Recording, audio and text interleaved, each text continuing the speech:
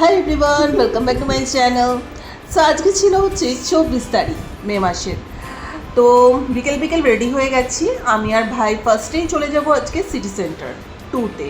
বহু জন্মবাদে যে city centre 2-তে আসলাম, last হয়তো সেই ইউনিভার্সিটি পড়ার টাইমে আমরা আসতাম, তারপরে পুরোটাই গ্যাপিং।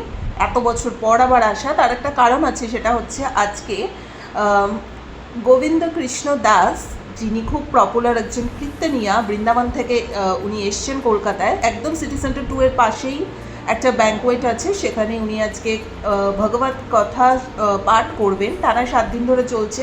যারা তোমরা কলকাতায় আছো, 29 তারিখ অবধি চলবে, চাইলে অ্যাটেন্ড করতে পারো। সো সেটার জন্যই মূলত এসছি।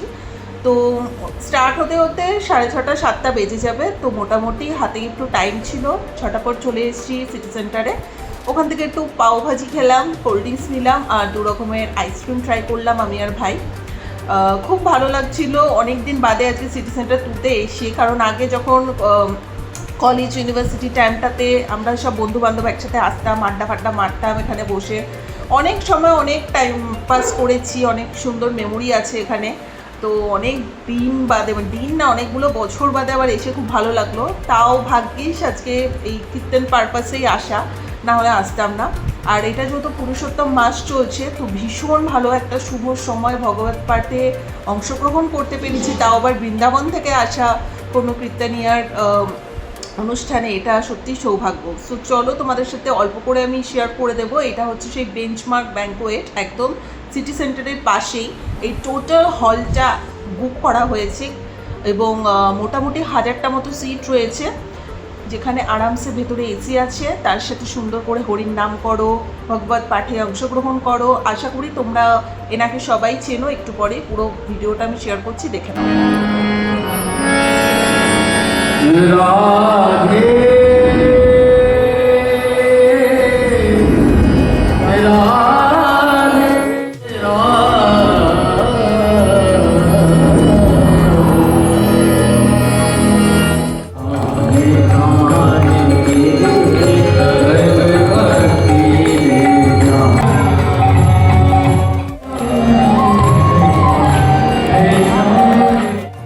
कथा में ध्यान दो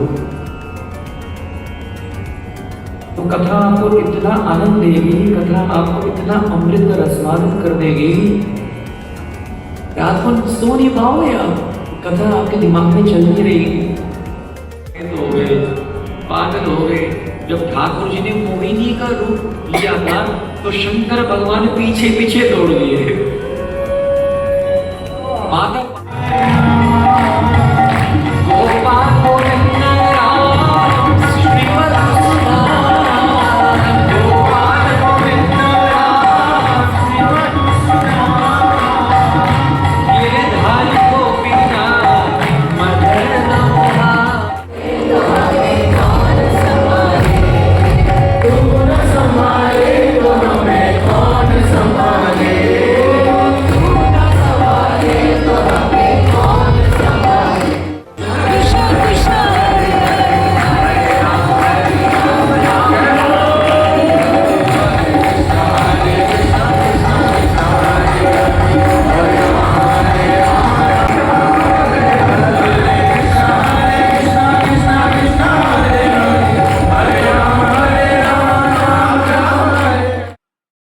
সো কেমন লাগলো তোমাদের অবশ্যই জানিও। আমি জানি অল্প একদম ছোট্ট কিছু পোর্শন ভিডিও শেয়ার করেছি, কিন্তু আমার পক্ষে তো এখন পুরো মানে 2-3 ঘন্টার ভিডিও শেয়ার করা সম্ভব না, তাই ছোটো ছোটো ক্লিপ শেয়ার করেছি। অবশ্যই জানিও। তারপরে আমরা গুপ্তাস ভেজে চলে গেছি, সেখান থেকে রাতে ডিনারটা করলাম। 2টো আলুর পরোটা, পনির কুলচা, তার সাথে গরম গরম এটা ছিল গোলাপ জামুন।